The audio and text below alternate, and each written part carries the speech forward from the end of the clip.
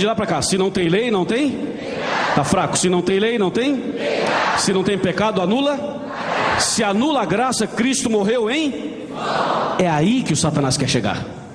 É aqui, ele quer mexer em Jesus Cristo e fica enganando o povo ao dizer assim: não, sou salvo pela graça, mas a lei foi abolida. Isso é um argumento errado, é antibíblico, está errado. Por quê? Se não tem lei, não tem pecado. Se não tem pecado, anula a graça. Se anula a graça, Cristo morreu em vão. O inimigo quer mexer no sacrifício de Jesus. A ira dele é contra Jesus. Você sabe disso. O grande conflito entre o bem e o mal é justamente a ira do inimigo contra Jesus. Mas para atingir diretamente Jesus, ele mexe na lei, porque mexeu na lei lá, mexeu na questão do pecado, e mexeu na questão da graça, e mexe na questão de Jesus. Está ficando claro ou não? Infelizmente, o nome mais bonito, que é Jesus, vai sair para continuarmos o estudo. Vamos lá, meus irmãos. O pecador. Vocês desanimaram? O pecador. Vai a pregador. Que fala de? Está perdendo o sentido, não está? Veja só, de novo, de lá para cá. Se não há lei, não há pecado. Se não há pecado, anula. Se anula a graça, Cristo morreu em? Se Cristo morreu em vão, para quê? Não precisa de evangelho, não precisa de Bíblia. Pode ir para a igreja sem Bíblia. Não precisa de Bíblia. Para que Bíblia?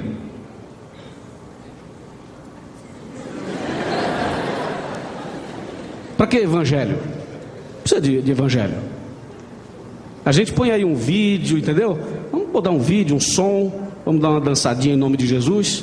Para que Bíblia?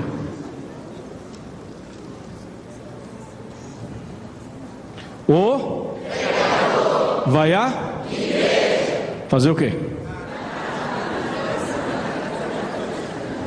Explorar a fé das pessoas?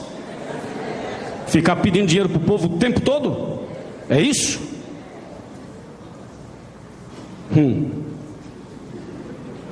Chega mais perto.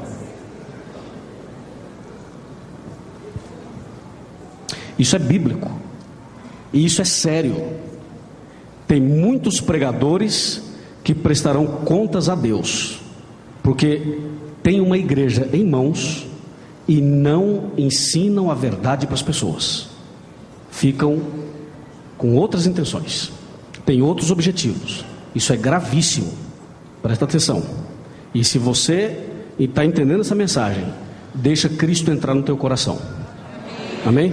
Vamos continuar.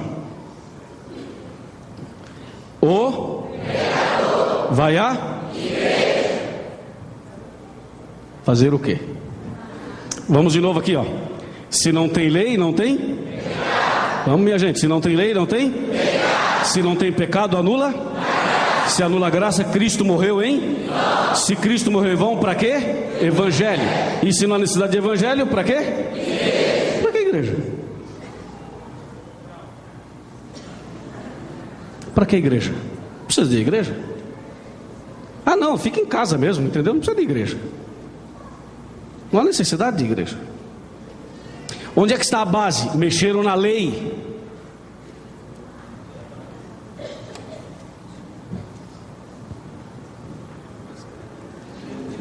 Chega mais para frente. Qual o seu nome? Dilermano. Dilermano. Tudo bem? Tudo ótimo. O tá fraco. O vai fazer o que o coitado ali? Né, Dilermano? Fazer o que? Você e eu, né? Porque você. O que o pregador vai fazer? Aí complicou tudo, entendeu? E a igreja, irmãos, está virando outra coisa menos igreja. Isso nos preocupa, a nós pastores e aos cristãos, servos de Deus. Veja o que acontece. Se não tem lei, vamos lá. Se não tem lei, não tem? Se não tem pecado, anula? Se anula a graça, Cristo morreu em? Se Cristo morreu em vão, para quê? E se não precisa de evangelho, para quê? E se não há necessidade de igreja, para quê? Pregador. Para quê pregador? Quer saber? Eu vou pedir aí, isso eu não combinei, mas eu preciso de um fundo musical aí. Quem pode? Que vá pro ar, né? Que vá pro ar. Quem aí não vai, né? Aqui não vai. Piano vai? Piano vai? Já chegou a pianista. Obrigado. Não combinei isso com ela. É ao vivo, é na hora. Um fundinho musical. Pode colocar aí. Qualquer um. Não precisa de pregador. Acabou. Então, vamos embora? Vamos embora. Não precisa de pregador. Não vou pregar mais. Acabou.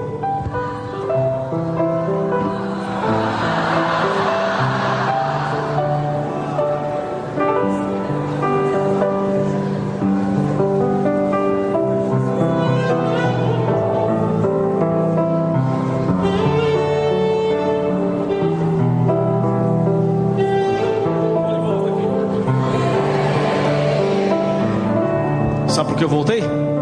Porque nesta igreja nós cremos que a salvação é pela graça, mediante a fé. E isso não vem de vós, isso é dom de Deus. E nós cremos que a lei, os 10 mandamentos, escritos pelo dedo de Deus, estão em vigor até hoje. Pode ser difícil? Pode. Pode ser complicado? Pode. Tudo pode ser. Mas o caminho para o céu é estreito, não é largo. O caminho que leva para o reino de Deus é estreito. Você sabe disso, não é um caminho largo. Se a pessoa quer um caminho largo, aí muito bem, pode ir para qualquer lugar. Mas se quer o caminho estreito, então Deus está nos mostrando o caminho. Vamos agora abrir a Bíblia em Efésios capítulo 2. Vamos comigo, Efésios 2, versos 8, 9 e 10. Efésios está no Novo Testamento. O que é? Ok, vocês já estão mostrando que ali já está o texto, né? Então vamos ler aquele texto e avançar um pouquinho mais. Muito obrigado. Muito obrigado. Então vamos lá, Efésios 2. Está lá, né? Gostei dessa. Capítulo 2, versos 8, 9 e 10. Está bem aqui. Diz a palavra de Deus assim: porque pela graça sois, mediante a fé. Isso não vem de vós, é dom de Deus, não de obras, para que ninguém se glorie. Pois somos feituras dele, criados em Cristo Jesus para as boas obras, as quais Deus de antemão preparou para que andássemos nelas. Então a primeira parte desse texto está ali na parede da igreja mesmo. Porque pela graça sois salvos, mediante a fé. Irmãos, finalmente é assim. A salvação de fato é pela graça, só pela graça, amém? Exclusivamente pela graça. Isso é o que diz a Bíblia, e ponto final. Aí vem uma pergunta óbvia: e a lei? Para que serve a lei? A lei serve mais ou menos, vou dar uma ilustração humana, e aí tem que falar que é mais ou menos, porque é humano. Mais ou menos como um espelho. Um espelho. Sabe aquele espelho que você tem na sua casa? Espelho pequeno, espelho grande, espelho de corpo inteiro, espelho do carro, da bolsa. Aí você deve ter um espelho na sua bolsa. Para que serve um espelho? É uma perguntinha tão sem sentido, né? Não, tem sentido. O espelho serve para mostrar quem você é de verdade. Você olha lá no espelho e vê como você está de verdade. O espelho mostra quem você é e como você está. O espelho não muda a tua situação. Ele não penteia o seu cabelo, não arruma teu vestido, não arruma tua gravata. O espelho não corrige algum problema que você porventura tenha. O papel dele é mostrar como você está, do jeito que você é. Se você olhou no espelho, não gostou do que viu, o problema é seu e não do espelho. Se você olhou no espelho e percebeu que tem uma lombada na frente, 2 pneus aqui do lado, o problema é seu e não do espelho. Se você acha que tem o nariz grande, a orelha grande, alguma coisa diferente, pequeno ou grande demais, enfim, se você não está satisfeito ou satisfeito com você mesmo, o problema não é do espelho, é seu. O espelho tem uma função: mostrar como você está e como você é de verdade. Se o cabelo caiu, se não caiu, se está branco, se está preto, como está, isso não é problema do espelho. Ele mostra e diz aqui, que é você. Assim é a lei. Assim são os 10 mandamentos. Você lê os 10 mandamentos em Êxodo capítulo 20, e os 10 mandamentos mostram quem você é diante de Deus. Ou seja, como é o ser humano: pecador, miserável, carente, perdido. Por exemplo, a Bíblia diz assim: não matarás. Esse é o 6º mandamento, tá? Não matarás. Aí você diz: pastor, esse é fácil, porque eu sou cristão e eu não mato ninguém. Mas se você olhar no espelho, estou falando dos 10 mandamentos. Se você olhar no espelho direitinho, se você contemplar melhor o espelho, vai perceber que o não matarás vai muito além de simplesmente pegar uma arma e tirar a vida de outra pessoa. Sabe o que diz a Bíblia? Quem odeia seu irmão é assassino. Então quer dizer que se eu não vou com a cara de um, eu já estou quebrando a lei. É verdade. Se eu não engulo uma pessoa, se eu tenho ódio de alguém, se eu tenho raiva de alguém, eu estou quebrando esse mandamento que diz não matarás? Sim, está. Você percebe que a lei é como um espelho. Quanto mais você olha nele, mais você vê quem você é e como você está. Eu estou falando do 6º mandamento, que diz não matarás. O não matarás, esse mandamento vai muito além de simplesmente o ódio ou tirar a vida de uma pessoa. A Bíblia chega a dizer que o nosso corpo é templo do Espírito Santo, e se nós não cuidarmos dele, nós estaremos tirando a nossa própria vida, como por exemplo o fumo, o álcool e as drogas. Quando a Bíblia diz não matarás, está dizendo não fume, não beba, não use drogas. Quando a Bíblia diz não matarás, está dizendo assim: coma comidas boas, alimentos saudáveis, não coma qualquer coisa. Pegue Levítico 11, veja a lista dos alimentos limpos e imundos e siga o princípio bíblico. Aí alguém de forma rebelde e irresponsável diz assim: pastor, mas o que entra pela boca não contamina, e sim tudo que sai. Eu como de tudo. Ok, você pode até pensar assim, você tem liberdade para pensar assim, mas a verdade é que Jesus ensinou como devemos nos alimentar. E Jesus, quando falou esse texto, não estava falando de comida exatamente, de alimento exatamente. Eu estou falando do não matarás. Eu poderia falar do não adulterarás, poderia falar do honra teu pai e tua mãe, poderia falar do não farás para ti imagens e esculturas, eu poderia falar do sábado, eu poderia falar de qualquer um dos 10 mandamentos, porque o sábado é o 4º mandamento. O problema é que quando você apresenta esse estudo para algumas pessoas, sabe o que elas dizem? Elas dizem: pastor, mas eu aceito todos. Você vai lendo um por um, ele aceita todos, mas quando chega no 4º mandamento, a pessoa não aceita. O problema é o sábado, é o 4º mandamento. Mas sabe o que diz o apóstolo Tiago no capítulo 2, verso 10? Ele diz assim, que aquele que tropeçar em um mandamento torna-se culpado de quantos? De todos. De todos.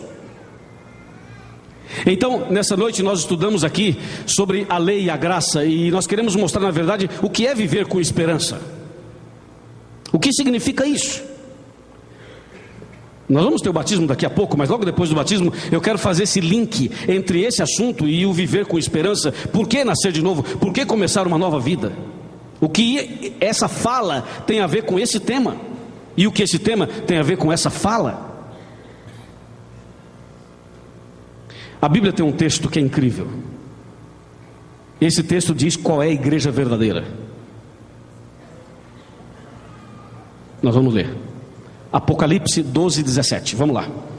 Apocalipse 12, 17. Veja o que diz esse texto. É incrível. Apocalipse, último livro da Bíblia, profecia. E aqui o capítulo 12 fala da mulher vestida do sol. E o verso 17 tem uma mensagem clara sobre o povo de Deus, a igreja certa, o caminho certo. Apocalipse 12, 17 diz assim: irou-se o dragão contra a mulher e foi pelejar com os restantes da sua descendência, os que guardam os mandamentos de Deus e têm o testemunho de Jesus. Viu isso? Está em Apocalipse, último livro da Bíblia. Vamos dar mais uma olhadinha. Irou-se o dragão. Para um pouquinho, senhores, olhe para cá. Quem é o dragão em Apocalipse? É Satanás. Irou-se o dragão contra a mulher. Que mulher é essa? Quem é a mulher na profecia bíblica? É a igreja. Então irou-se o dragão contra a mulher, quer dizer, irou-se Satanás contra a igreja. Qual igreja? O verso responde: aqueles que guardam os mandamentos de Deus e têm o testemunho de Jesus. Percebeu? A ira de Satanás é contra aquele que guarda os mandamentos. Por que Satanás está irado contra esse povo? Eu vou explicar por quê. É porque a base está aí. Os mandamentos, irmãos, não estão aí para salvar. Você já viu, a salvação é pela graça. Nós adventistas acreditamos que a salvação é pela graça. Mas presta atenção, quem é salvo de alguma coisa, é salvo do pecado. E o que é pecado?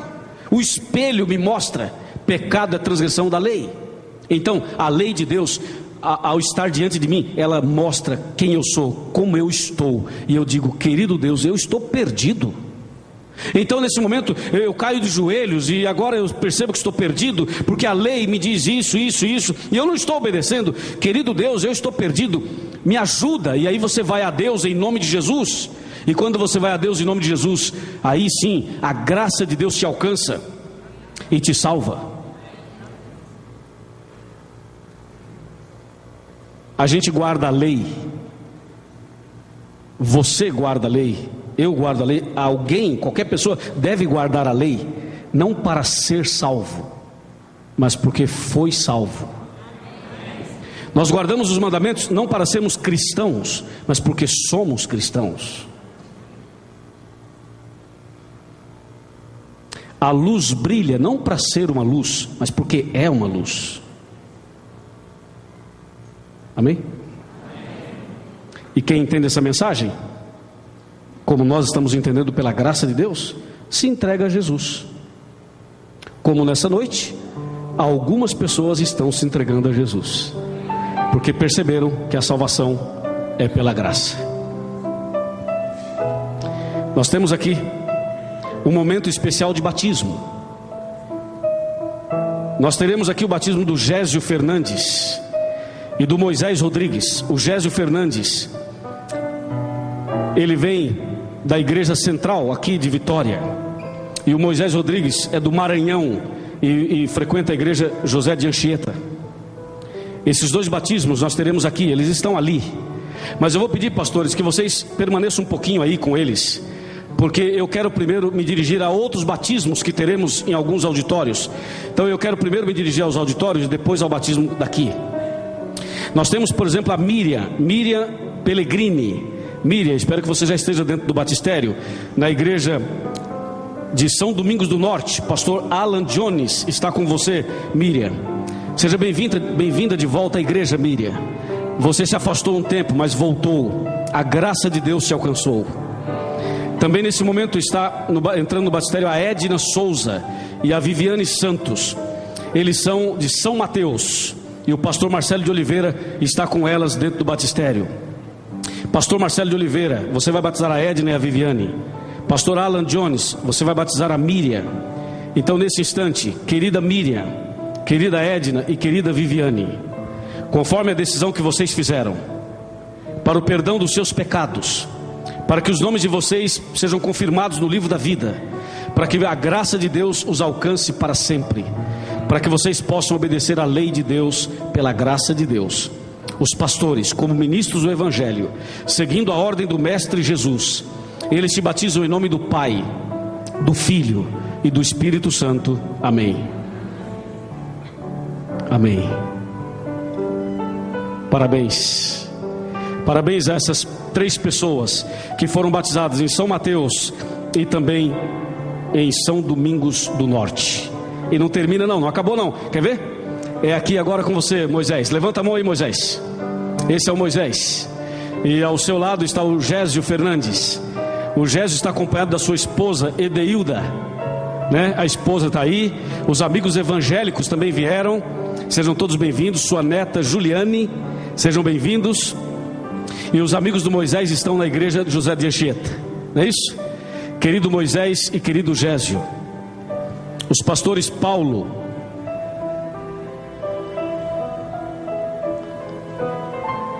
estão prontos? Os pastores Paulo e também o pastor... cadê o pastor? Genival, obrigado. Tudo bem, pastor Genival e pastor Paulo. Vocês dois estão agora prontos para batizar os servos de Deus. E conforme a decisão que fizeram, conforme a entrega total nessa noite a Jesus, para o perdão dos seus pecados, para que os nomes de vocês estejam registrados no céu, esse é o momento em que os pastores cumprem a ordem do Mestre e batizam vocês em nome do Pai, do Filho e do Espírito Santo. Amém.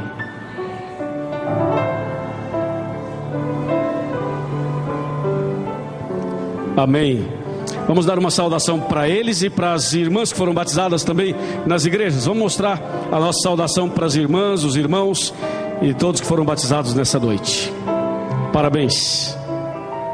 Parabéns. Deus seja louvado.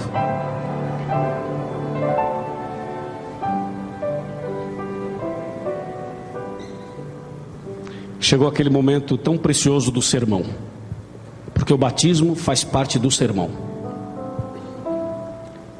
Uma vez havia um escravo, era o melhor escravo da região, um camarada alto, forte, moreno, e ele era tão bom que seria leiloado, porque muitos queriam tê-lo.